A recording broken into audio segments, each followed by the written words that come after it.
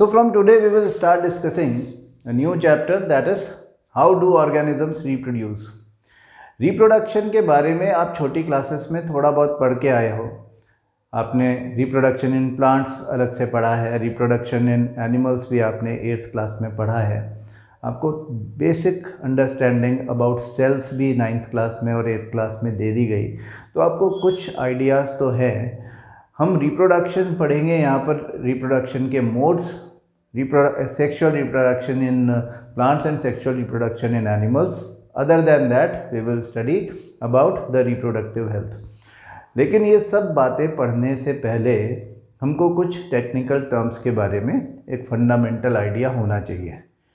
अगर वो technical terms आपको ठीक से पता नहीं होगी तो फिर कुछ कन्फ्यूजन्स हो सकते हैं. We will discuss. First of all let us understand what is reproduction and why it is important. Normally everybody understands that reproduction is required for increasing the members of a population. अगर reproduction नहीं होगा तो definitely within a particular period of time एक species को belong करने वाले, एक group of population को बिलोंग करने वाले जो लिविंग ऑर्गेनिजम्स हैं वो अपनी अपनी एज पूरी करके ख़त्म हो जाएंगे. And if they will die then to replace them, अगर रिप्रोडक्शन नहीं होगा तो नए इंडिविजुअल्स नहीं आ पाएंगे और फिर वो स्पीशीज़ ख़त्म हो जाएगी. I am using a word species, that is the first technical term we are going to discuss कि स्पीशीज़ क्या होता है. सो अगर हम देखें कि व्हाट इज स्पीशीज़, तो एक बड़ी सिंपल सी बात है कि स्पीशीज़ का मतलब the group of individuals or group of living organisms which can reproduce among themselves, जो आपस में रिप्रोड्यूस करके अपने जैसे लिविंग ऑर्गेनिजम्स बना पाएँ, तो उनको हम कहते हैं species. Let me write down.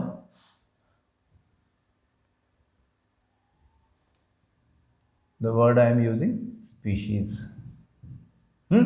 A group of living organisms. हाँ, ऐसे लिविंग ऑर्गेनिजम्स का ग्रुप जो कि आपस में रिप्रोड्यूस कर पाए, अपने जैसे इंडिविजुअल्स प्रोड्यूस कर पाए, वो स्पीशीज होती है. ठीक है. तो ये जो स्पीशीज है, जैसे ह्यूमंस, कैट्स, डॉग्स, रैट्स, सब अलग अलग स्पीशीज ही है. These are the groups of organisms जो आपस में रिप्रोड्यूस कर सकते हैं. ऐसी क्या खास बात है कि आपस में रिप्रोड्यूस कर सकते हैं, वो बात भी हम समझेंगे. सवाल ये है कि कोई भी पॉपुलेशन के इंडिविजुअल्स रिप्रोडक्शन में पार्टिसिपेट क्यों करते हैं. अगर क्या रिप्रोडक्शन हम लाइफ प्रोसेसेस के साथ में पढ़ सकते थे? क्या ये किसी इंडिविजुअल के सर्वाइवल के लिए इम्पॉर्टेंट एक्टिविटी है? यानी कोई इंडिविजुअल लिविंग ऑर्गेनिज्म रिप्रोडक्शन के बिना जिंदा नहीं रहेगा? ऐसा बिल्कुल भी नहीं है. हाँ, रिप्रोडक्शन इज़ अ प्रोसेस जो कि नए इंडिविजुअल बनाएगा और survival of its the group of living organisms जिसको वो बिलोंग करता है उसके लॉन्ग टर्म सर्वाइवल को इंश्योर करेगा. लेकिन उस इंडिविजुअल के सर्वाइवल से इसका कोई लेना देना नहीं है. तो फिर why it should participate in reproduction process? Reproduction process जो है वो इंडिविजुअल के सर्वाइवल के लिए इम्पॉर्टेंट नहीं है. दूसरी बात यह है कि this is an activity in which a lot of time and energy can be involved. So this is not anything which has related to providing energy to an individual and for growth and maintenance of that individual, that has to be cleared. हमने life processes के साथ में इसको नहीं पढ़ा. एक individual एक अलग से चैप्टर में इसको डिस्कस कर रहे हैं क्योंकि ये डिफरेंट है. लाइफ प्रोसेसेस में केवल उन एक्टिविटीज़ को डिस्कस किया गया जिनमें एक पर्टिकुलर इंडिविजुअल के सर्वाइवल से रिलेटेड एक्टिविटीज़ की बात की गई, जो उसके ज़िंदा रहने के लिए ज़रूरी था. वो सब एक्टिविटीज़, चाहे वो न्यूट्रिशन हो, चाहे वो रेस्पिरेशन हो, चाहे वो इंटरनल एक्सटर्नल ट्रांसपोर्टेशन हो या फिर एक्सक्रीशन हो। हाँ, हालांकि उसमें कंट्रोल एंड कोऑर्डिनेशन भी इन्वॉल्व होना चाहिए, लेकिन कंट्रोल एंड कोऑर्डिनेशन क्योंकि एक वास्ट टॉपिक है, इसलिए उसको एक अलग चैप्टर में डिस्कस किया जाता है। हाँ, जो कि हमारा नर्वस सिस्टम को डिस्कस किया जाता है, जिसमें यहाँ पे बात जो रिप्रोडक्शन की हो रही है उसका तो कोई सर्वाइवल से रिलेशन, इंडिविजुअल के सर्वाइवल से रिलेशन नहीं है। तो रिप्रोडक्शन फिर क्या कर रहा है? रिप्रोडक्शन क्यों ज़रूरी है? क्योंकि it is associated with the survival और continuity of species over a long period।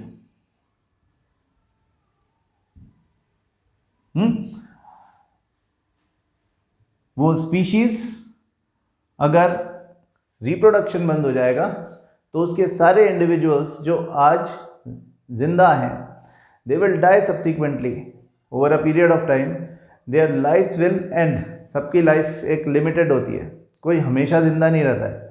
तो अगर सारे इंडिविजुअल्स जो आज हैं वो over a period of time, जैसी भी लाइफ होती है किसी स्पीशीज़ के मेंबर्स की, वो एवरेज लाइफ के हिसाब से वो मर जाएंगे। For example, if all the human beings of this planet stop reproduction and over a long period of time, over 100 years, अगर कोई रिप्रोडक्शन की प्रोसेस नहीं होती और सब लोग मर जाते हैं, तो फिर ये जो हमारी स्पीशीज़ है ह्यूमन बीइंग्स, होमो सेपियंस, ये ख़त्म हो जाएगी। तो we also say that reproduction is required for the continuity of life. अगर ऐसा सारी स्पीशीज़ करने लग जाएं, including plant species, bacteria species और animal species, then probably within a couple of decades और कपल ऑफ सेंचुरीज, पूरी जितनी भी स्पीशीज़ है सारी ख़त्म हो जाएंगी। तो कंटिन्यूटी ऑफ लाइफ के लिए reproduction is important. Reproduction is not important for an individual survival. It is important for the survival of the species, and for that the living organisms are doing that. तो ये देखें कि इससे जुड़े हुए और ज़्यादा टेक्निकल टर्म्स और क्या क्या चीज़ें हैं। हम कह रहे थे कि species are the groups of individuals which can reproduce among themselves. What makes them eligible for reproducing among themselves? जैसे हमने कुछ एग्जाम्पल्स दिए हैं, cats, dogs, rats, humans, they are different species. एक कैट ग्रुप में there will be cats only, male cats, female cats, they can reproduce among themselves and they will produce offsprings और young ones like them. जो kittens होंगे, they will be similar to their parents, there will be some similarities with their parents. Dogs will give birth to the individuals which are quite alike their parents. है ना? एक cat का बच्चा cat जैसा दिखेगा, एक dog का बच्चा डॉग जैसा दिखेगा। कैट और कैट, डॉग और dog, male and female individuals आपस में रिप्रोड्यूस करके एक यंग इंडिविजुअल को प्रोड्यूस करेंगे। हाँ, ऐसा हो सकता है क्या कि कैट्स और डॉग्स आपस में रिप्रोड्यूस कर ले? हाँ, मेल कैट फीमेल डॉग आपस में रिप्रोड्यूस नहीं कर सकते। क्या एलिजिबल बनाता है कैट को कैट से रिप्रोड्यूस करने के लिए, डॉग को डॉग से रिप्रोड्यूस करने के लिए, और क्या इनको इनएलिजिबल बनाता है कि इनका रिप्रोडक्टिव मटेरियल डॉग के रिप्रोडक्टिव मटेरियल में मिक्स कर दिया जाए तो भी they will not fertilize, they will not form the young cells? समझना पड़ेगा कि क्या ऐसी टेक्निकल बात है जिसकी वजह से एक स्पीशीज़ के इंडिविजुअल्स आपस में ही रिप्रोड्यूस कर सकते हैं। रिप्रोडक्शन पढ़ना हमने अभी शुरू नहीं किया, वो बाद में करेंगे। पहले टेक्निकल टर्म्स, हमें एक वर्ड अभी तक पता चल गया, स्पीशीज। स्पीशीज क्या है? The group of individuals which can reproduce among themselves, आपस में रिप्रोडक्शन कर सकते हैं। तो उन स्पीशीज के जो मेंबर्स होते हैं उनमें ऐसी क्या खास बात है कि वो आपस में रिप्रोड्यूस कर सकते हैं? देखें, सेल पढ़ा है आपने 9th क्लास में। सेल में आपने देखा था कि सेल के अंदर एक न्यूक्लियस होता है ना। अब आप बोलोगे सब में तो नहीं होता, किसी किसी में नहीं होता। किस में नहीं होता? हमने 2 तरह की सेल्स पढ़ी थी, प्रोकैरियोटिक, यूकैरियोटिक। यूकैरियोटिक सेल्स में एक वेल ऑर्गेनाइज्ड मेम्ब्रेनेटेड न्यूक्लियस होता है, और जो प्रोकैरियोटिक सेल्स हैं, बैक्टीरिया वाली सेल्स, उनमें न्यूक्लियस नहीं होता। न्यूक्लियस हो चाहे ना हो, ऑर्गेनाइज्ड न्यूक्लियस हो चाहे ना हो, न्यूक्लियर मटेरियल हमेशा होता है। ये बात अपने कंसेप्ट्स में ताज़ा रखें, ध्यान रखें इस बात का। हाँ, तो सेल में जो न्यूक्लियस है, हम यूकैरियोटिक सेल की बात कर रहे हैं जिसमें एक ऑर्गेनाइज्ड न्यूक्लियस दिख रहा है, उसके अंदर न्यूक्लियर मटेरियल भरा हुआ है। हम इसको क्रोमैटिन मटेरियल भी बोलते हैं। क्रोमैटिन मटेरियल और न्यूक्लियर मटेरियल एक ही बात है। And it has DNA molecules. This DNA molecule has the information encoded in it associated with the new protein synthesis.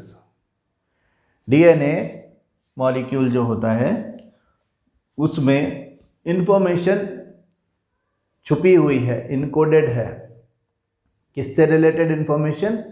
Associated with a new protein synthesis. You need to understand that various types of proteins make our body.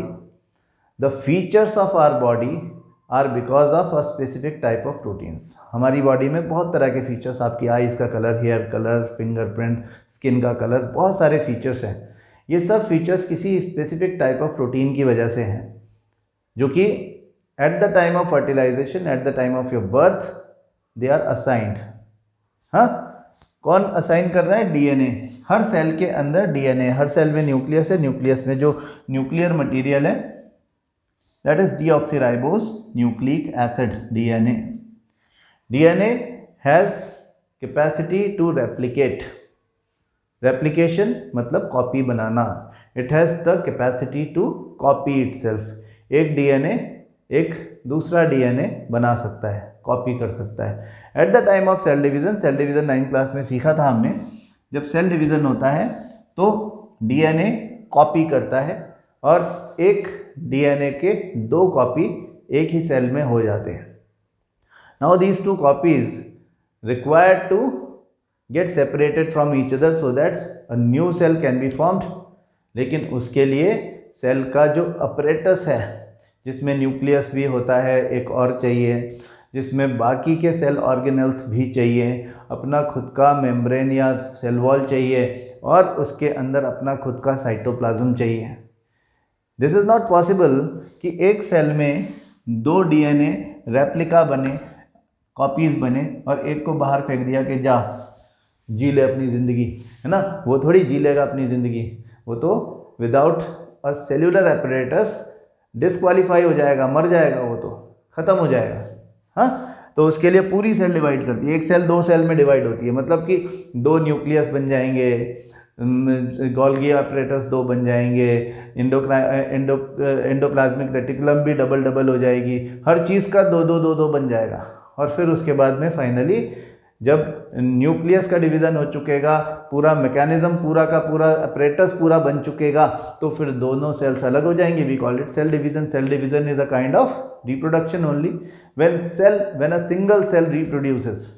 हाँ, we call it cell division. ये cell division जो है, इस cell division में पूरा nuclear material 2 parts में बढ़ जाता है। हाँ, कैरियोकाइनेसिस, न्यूक्लियस का डिवीज़न हो जाता है। तो that happens because of DNA replication. We need to understand what is that. थोड़ा सा और बात को समझो।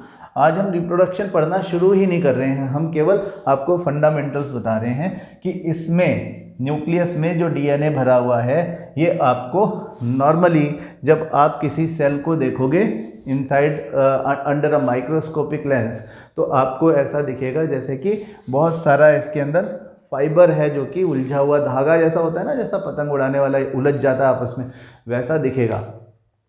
लेकिन जब इस सेल का डिवीज़न का टाइम आता है, जस्ट बिफोर सेल डिवीज़न, ये सारा nuclear material, chromatin material condense हो जाता है इकट्ठा होकर के, और ये थ्रेड लाइक स्ट्रक्चर्स बनाता है, या आप उसको रॉड लाइक स्ट्रक्चर्स भी कह सकते हो। We call it chromosomes. हाँ, हम क्रोमोसोम को समथिंग लाइक दिस, इस तरह का कुछ डिज़ाइन करते हैं। हाँ, तो ये खूब सारे क्रोमोसोम्स बन गए बेसिकली। दिस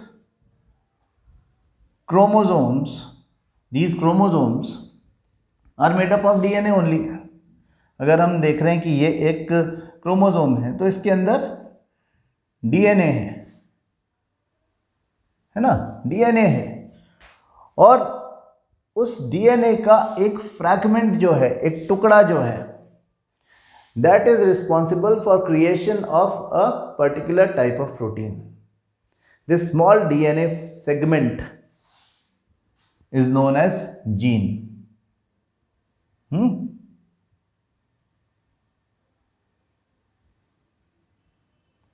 समझो, इस क्रोमोसोम में डीएनए के टुकड़े दिख रहे हैं हमको, तो this is a gene. A gene is a DNA segment which is filled with information और encoded with information regarding the synthesis of a new protein. हम जो बात डीएनए के लिए कह रहे थे, पूरे के पूरे डीएनए के लिए कह रहे थे, अब उस डीएनए के एक सेगमेंट के, क्योंकि डीएनए में इंफॉर्मेशन इनकोडेड है for protein synthesis, that is true, but there is not a single protein that has to be made by a single DNA. तो डीएनए जो होता है उसके कई सारे पार्ट्स होते हैं, जिसको हम डीएनए सेगमेंट या डीएनए फ्रैगमेंट बोल रहे हैं। वो पार्ट जीन कहलाता है। आपने नाम तो बहुत सुना होगा जीन का, लेकिन जीन जो है वो क्या है ये आप समझ लें। तो क्रोमोसोम पे we can say that we have multiple genes. हाँ, क्रोमोसोम के ऊपर देयर आर जीन्स। अब वो जीन्स जो हैं वो अलग अलग काम करेंगे, अलग अलग काम करेंगे मतलब अलग अलग कैरेक्टरिस्टिक को रिप्रेजेंट करेंगे। अगर डीएनए रेप्लिकेशन कुछ अलग तरह का हो जाता है, डीएनए कॉपी कुछ अलग तरह की बन जाती है, तो अलग तरह का प्रोटीन बनता है, ऐसा बोलते हैं ना हम। तो एक पर्टिकुलर जीन जो है किसी क्रोमोसोम पे रखा हुआ एक पर्टिकुलर जीन एक पर्टिकुलर प्रोटीन के सिंथेसिस के लिए इनकोडेड है, वो उसके फॉर्मेशन से रिलेटेड इंफॉर्मेशन को अपने अंदर रखे हुए है मतलब। तो हमारी बॉडी में जो क्रोमोसोम्स हैं, हमारी सारी सेल्स में जो क्रोमोसोम्स हैं, वो क्रोमोसोम्स इस तरह से कुछ दिखते हैं हमको। हाँ, हमारी बॉडी के क्रोमोसोम्स जो हैं they are contributed by our parents. हमारे पेरेंट्स ने 50-50% क्रोमोसोम्स कंट्रीब्यूट किए with the help of their gametes, their reproductive cells, और जब वो कंबाइन हो गए तो वो कंबाइन इस तरह से हुए कि एक क्रोमोसोम बना। उस क्रोमोसोम में इस पेयरिंग ऑफ क्रोमोसोम जो हुई, जो क्रोमोसोमल पेयर्स जो होते हैं, जो हमारे क्रोमोसोम्स पेयर्स बना लेते हैं, हाँ, at the time of fertilization जो पेयरिंग होती है क्रोमोसोम्स की, वो इस जीन सीक्वेंस की बेसिस पर होती है। हाँ, there is a sequence of gene जो कि अलग अलग कैरेक्टरिस्टिक्स को रिप्रेजेंट करने वाले हैं। मदर से आया हुआ एक पर्टिकुलर जीन, समझो आइज के कलर के बारे में एक्सप्लेन कर रहा है, फादर से आया हुआ जीन दूसरे क्रोमोसोम पे रखा हुआ है, वो भी आइज के कलर को रिप्रेजेंट कर रहा है। एक क्रोमोसोम ऐसा हुआ है जिसमें, ऐसे ही एग्जांपल के लिए बता रहे हैं कि समझो ये 6 जीन्स एक पर्टिकुलर सीक्वेंस में है, जो एक आइज के कलर को, एक स्किन कलर को, एक हेयर टेक्सचर को, एक फिंगरप्रिंट को रिप्रेजेंट कर रहा है।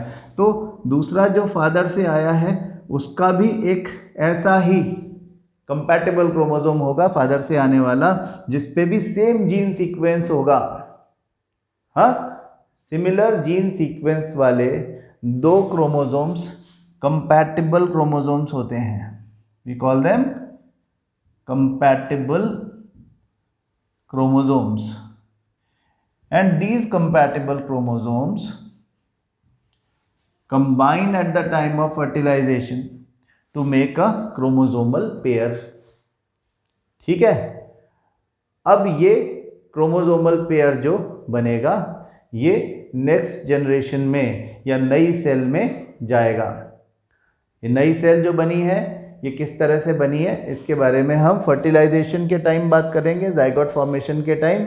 लेकिन अभी ये देख समझे, हम कह रहे थे कि ऐसी क्या खास बात है कि कोई एक पर्टिकुलर स्पीशीज़ के मेंबर्स ही आपस में रिप्रोड्यूस कर सकते हैं, हम वो बात समझने की कोशिश कर रहे हैं। तो let us focus on that only कि अगर ये कंपैटिबल क्रोमोसोम्स नहीं हुए, मतलब at the time of fertilization जब मदर और फादर से आने वाले गैमेट्स, फादर से आने वाला स्पर्म और मदर से आने वाला ओवम जब आपस में फ्यूज़ होते हैं at the time of fertilization और उनके जेनेटिक मटेरियल आपस में मिक्स होते हैं, तो उनके जो कंपैटिबल क्रोमोसोम्स हैं वो आपस में पेयरिंग कर लेते हैं। 23 chromosomes are there coming from one individual parent, तो वो 23 एंड 23 आपस में मिलकर at the time of fertilization 23 pairs या 46 क्रोमोसोम्स हो जाते हैं और वो हमारी पहली सेल बनाते हैं जिसको हम जाइगोट बोलते हैं। तो जाइगोट कब बनेगा? जब सारे कंपैटिबल क्रोमोसोम्स आपस में पेयर बना लेंगे at the time of fertilization, तभी जाइगोट बनेगा, अदरवाइज नहीं बनेगा। तो इम्पॉर्टेंट बात यह है कि at the time of zygote formation we require the chromosomes coming from two parents, two individuals in the form of gametes, and these gametes must be having the chromosomes which are compatible for each other.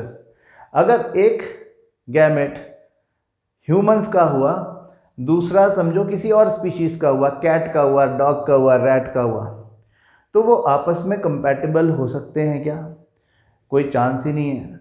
उनके तो number भी equal नहीं होते हैं। Number of chromosomes are fixed for a particular species. जैसे कि हम कह रहे हैं कि ह्यूमंस के नंबर ऑफ क्रोमोसोम्स जो ह्यूमन बॉडी में होते हैं they are 46, 23 pairs. So this 23 pairs जो हैं दिस क्रोमोसोम्स ये ह्यूमंस के लिए हैं, बाकी सबके लिए नहीं है। बाकी सबके लिए अलग अलग नंबर असाइंड है। This is the system of nature. So when these two gametes, अगर हम आर्टिफिशियली भी दो गैमेट्स को लेके आ जाएं साथ में जो कि अलग अलग स्पीशीज़ को बिलोंग करते हों, तो वो आपस में आने के बाद में कंपैटिबिलिटी ना होने की वजह से जाइगोट फॉर्मेशन ही नहीं करेंगे।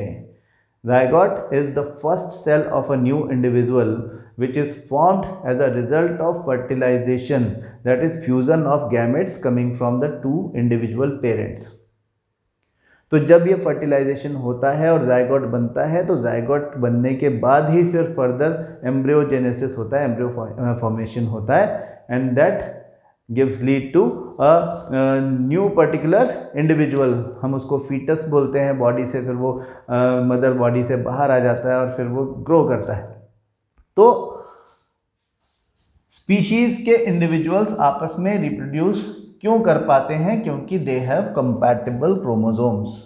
What are compatible chromosomes? The chromosomes coming from two different individuals. कौन different individuals? Parents, mother and father. दोनों मदर एंड फादर से आने वाले वो क्रोमोसोम्स जो कि एक्चुअली गैमेट्स में हैं, गैमेट्स में हैं और जिन पर सिमिलर जीन सीक्वेंस है, हाँ, जिनका जीन सीक्वेंस सिमिलर है। तो वो सिमिलर जीन सीक्वेंस वाले कंपैटिबल क्रोमोसोम्स आपस में पेयरिंग कर लेंगे और इस तरह से ह्यूमंस में 23 पेयर्स आपस में मिल करके जाइगोट फॉर्मेशन करते हैं। सेक्सुअल रिप्रोडक्शन में ऐसा होता है। सवाल यह कि गैमेट कहाँ से आया? गैमेट आया फ्रॉम रिप्रोडक्टिव ऑर्गन। गैमेट्स केवल सेक्सुअल रिप्रोडक्शन में ही मिलेंगे। They are specialized cells which have exact the half of the number of the chromosomes which is assigned to a particular species. यानी ह्यूमंस को अगर 46 chromosomes in a cell assigned है तो gametes के पास उसके आधे 23 क्रोमोसोम्स ही होंगे। गैमेट्स हैं कौन? Gametes are sperms in male and ova in female.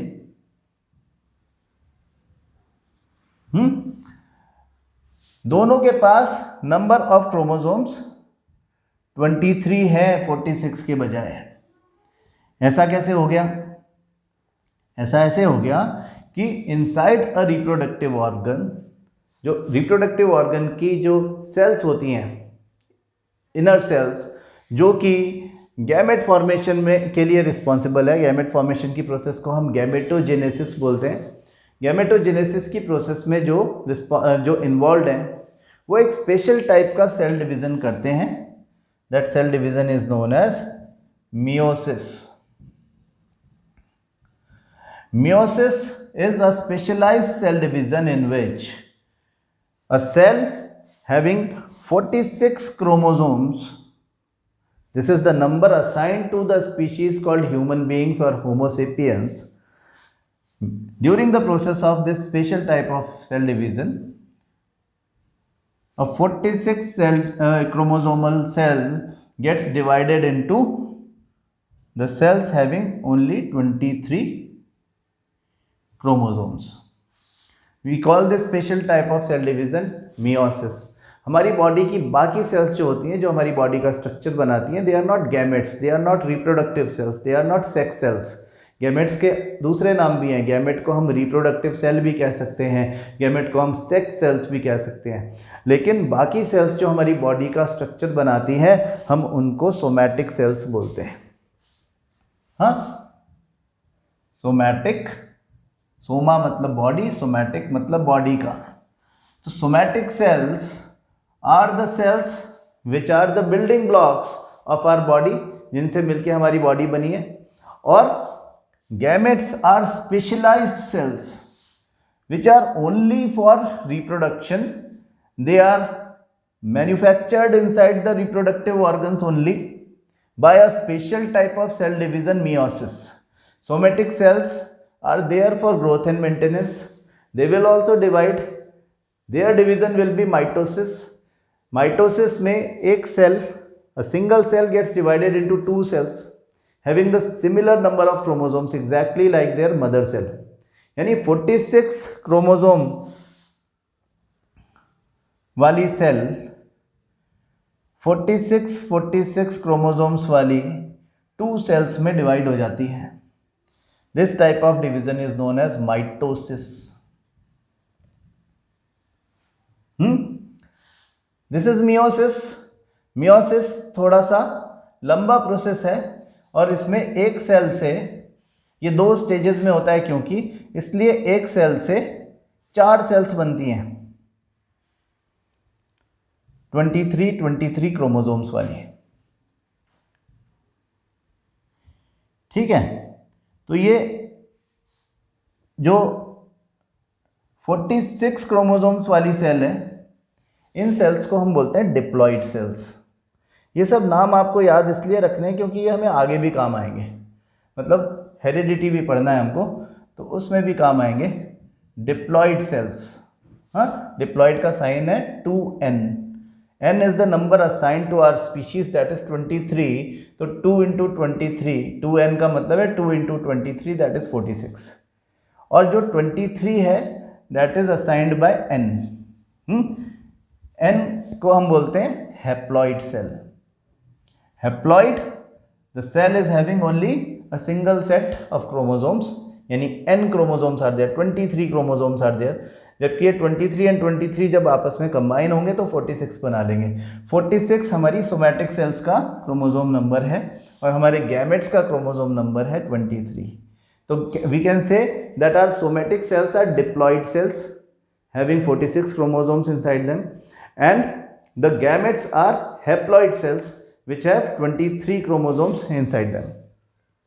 ठीक है, ये सब टेक्निकल टर्म्स हैं, ये पता होगा तो पढ़ने में मज़ा आएगा।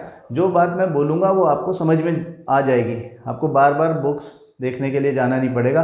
बुक्स में कई बार एक्चुअली बुक्स में इतनी इलेबोरेटेड है भी नहीं चीज़ें, तो हमको ये बात समझ में आ गई। मैं फिर से रिवाइज करवा दूं कि एक स्पीशीज़ क्या है। स्पीशीज़ जो है वो एक ग्रुप ऑफ लिविंग ऑर्गेनिजम्स है which can reproduce among themselves. हाँ, जैसे dogs, cats, rats, elephants, humans, सब अलग अलग स्पीशीज़ के नाम हैं। उनके इंडिविजुअल्स आपस में एक दूसरे के साथ रिप्रोडक्शन करते हैं और अपने जैसा एक यंग इंडिविजुअल प्रोड्यूस कर सकते हैं। तो ये इंडिविजुअल क्यों रिप्रोड्यूस कर सकते हैं? क्योंकि उनकी जो बॉडी में जो सेल्स होती हैं, उनके क्रोमोसोम्स, उनमें जो गैमेट्स बनते हैं, स्पर्म मेल में और ओवम फीमेल में, उनमें जो क्रोमोसोम्स होते हैं they are compatible to each other. ये 23 क्रोमोसोम वाले स्पर्म एंड ओवम जब ड्यूरिंग अ सेक्सुअल इंट्रोडक्शन आपस में कंबाइन होते हैं, यानी द प्रोसेस ऑफ फर्टिलाइजेशन जब होता है, जब उनके जेनेटिक मटेरियल्स आपस में फ्यूज होते हैं, तो फिर एक सेल बनती है हैविंग 46 क्रोमोसोम्स। दैट 46 क्रोमोसोम वाला cell is known as zygote, which is the first cell of a young individual to be produced during this process। ठीक है, ये बात हमने सेक्सुअल रिप्रोडक्शन से रिलेटेड करी है, ये समझाने के लिए कि स्पीशीज़ का एक्चुअली मतलब क्या है और दो इंडिविजुअल्स के जेनेटिक मटेरियल आपस में कंबाइन किस कंडीशन में हो पाते हैं, कंपैटिबल क्रोमोसोम्स का मतलब क्या। लेकिन एसेक्सुअल रिप्रोडक्शन भी होता है जिसमें एक सेल डिवाइड होकर के दो सेल में सिंपली, जैसे यूनिसेलुलर लिविंग ऑर्गेनिजम्स में सेक्सुअल रिप्रोडक्शन की कोई ज़रूरत नहीं है, उसमें सिंपली फिशन होकर के, बाइनरी फिशन या मल्टीपल फिशन होकर के एक सेल से कई सेल या एक सेल से दो डॉटर सेल्स बन जाती हैं। उसमें भी डीएनए कॉपीइंग होती है, यहाँ भी डीएनए कॉपीइंग होती है। तो डीएनए कॉपीइंग या DNA replication is the most important activity which takes place during the process of reproduction। अगर रिप्रोडक्शन की प्रोसेस में ये नहीं हो पाएगा, रेप्लिकेशन ऑफ डीएनए नहीं हो पाएगा, तो फिर आगे कुछ भी होने की कोई पॉसिबिलिटी नहीं है। हाँ, जो fundamental activity which is required for reproduction is DNA copying, DNA replication. इस डीएनए रेप्लिकेशन के इम्प्लीकेशंस क्या हैं? हाँ, ये डीएनए रेप्लिकेशन, इम्प्लीकेशन का मतलब कि जब डीएनए रेप्लिका बनाता है, कॉपी बनाता है, तो उस डीएनए रेप्लिकेशन से क्या क्या हो सकता है, इसके बारे में हम कल की क्लास में डिस्कस करेंगे। हाँ, we will start discussing about the variation process that is very important to understand at this juncture। हमें आज सिर्फ ये पता चला कि reproduction is a process which is responsible for the continuity of life और continuity of a particular species। किसी species को belong करने वाले individuals आपस में reproduce करके अपने जैसे living organisms को existence में लेकर के आते हैं, और फिर जब उन इंडिविजुअल्स की लाइफ ख़त्म हो जाती है तो वो तो they die and the young ones they carry on with their individual lives, they survive on their own and they also reproduce in a certain course of time. तो रिप्रोडक्शन का छोटा सा ये इंट्रोडक्शन था, लेकिन कुछ और टेक्निकल टर्म्स, हमने कुछ नए टेक्निकल टर्म्स सीखे। हमने सीखा स्पीशीज़ का मतलब, हमने सीखा कि डिप्लॉइड सेल क्या होती है, हैप्लॉइड सेल क्या होती है, हमने सीखा गैमेट्स क्या होते हैं, हमने सीखा जाइगोट क्या होता है। हम और भी कुछ बातें, कुछ और टेक्निकल टर्म्स लाइक वेरिएशन, हम डीएनए, क्रोमेटिन मटेरियल, क्रोमोसोम्स और जीन, ये सब बातें भी हमने आज सीखी हैं। इनका और यूज़ करेंगे कल की क्लास में, जिससे कि ये बातें और अच्छे से हमें समझ में आ जाए। Reproduction is a very easy chapter, जब हम पढ़ना शुरू करेंगे तो वो फटाफट ख़त्म हो जाएगा, लेकिन ये टेक्निकल टर्म्स हैं जो हमें ठीक से पता होने चाहिए, जिससे हम रिप्रोडक्शन भी ठीक से पढ़ सकें और आगे हेरिडिटी भी ठीक से सीख सकें। ठीक है, तो I hope you have got some idea about this. अपनी बुक देख लें, आपकी बुक में ये जो इनिशियल पोर्शन है इनिशियल 2 पेजेस 127 128 यहाँ तक पूरा पढ़ लो। द इम्पॉर्टेंस ऑफ वेरिएशन कल समझाऊंगा, यहाँ तक पूरा पढ़ लो, उसके बाद में फिर हम मोड्स ऑफ रिप्रोडक्शन पढ़ना शुरू करेंगे। ठीक है, थैंक यू।